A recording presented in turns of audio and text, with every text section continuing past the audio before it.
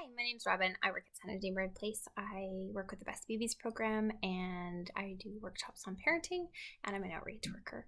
And I wanted to take this time to talk a little bit about Mom's Mental Health Toolkit, which is a program that we run at Santa's Neighborhood Place. And what we talk about during this program, which is one of my favorites, is the idea that we need a toolkit for ourselves to support our mental health, not based on diagnoses or any condition that we necessarily need someone else to confirm that we have, but in ways that we can support our own mental health for whatever that means, being moms. And one of the things that we talk about is coping. And right now, while everybody is at home and isolating, we need lots of those tools. So what does that mean? Well, when we do this in a program, we talk about it as a conversation about what does it mean for you and what does it mean for you, because self-care isn't a one-size-fits-all thing. It is personal, and what works for me isn't going to work for you, and what works for one mom won't be realistic or helpful for another. And right now we're talking about coping because there's a lot of scary things in the world, and this whole thing with a global pandemic and being at home brings up a lot of stuff for people. And right now it's not about being perfect or figuring out exactly how we want to live our lives or optimizing for our ideals. It's about coping with what we've got and in the situation that we're in. So when we talk about self-care in those terms, we're talking about what helps you.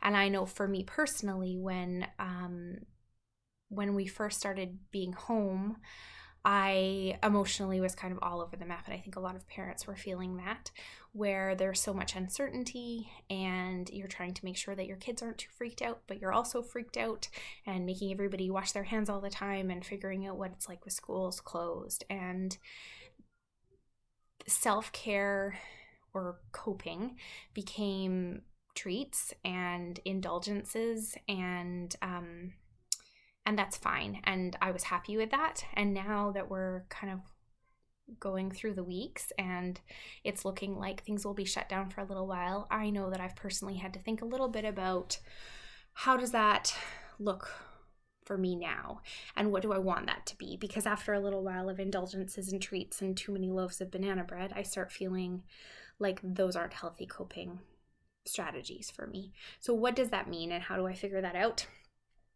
It might be different for you, but for me, and what we talk about in the group, is when I'm doing whatever I'm doing for self-care, how do I feel afterwards? Do I feel like what I did helped me and made me feel good for more than the 30 seconds it took or however long? Or do I feel just as blah and dysregulated as I did before? Do I feel like it's making me more able to parent and to be positive and to be there for my kids? Is another batch of cookies helping me or hindering me? And what I'm starting to see for myself is sometimes yes and sometimes no.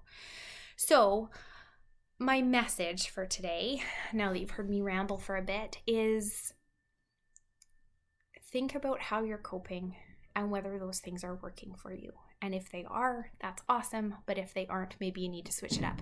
So I know for me, before everything changed and we all had to be home because of COVID-19, I was doing a lot of exercise.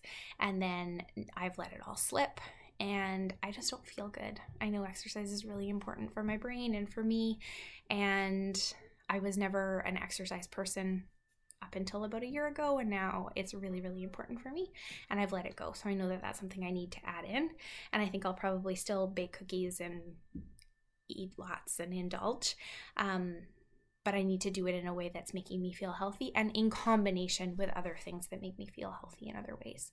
So just think about that, because sometimes what works for short-term coping doesn't work for long-term coping. And now that we know that self-isolation and flattening the curve is helping and is working, but it will take a long time. We need to start looking at what that not normalcy is going to look like. What is it going to do? What are we going to do for ourselves?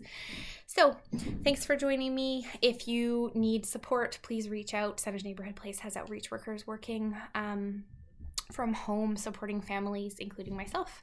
And we'd love to hear from you if you need a little bit of extra support. So take care. Bye.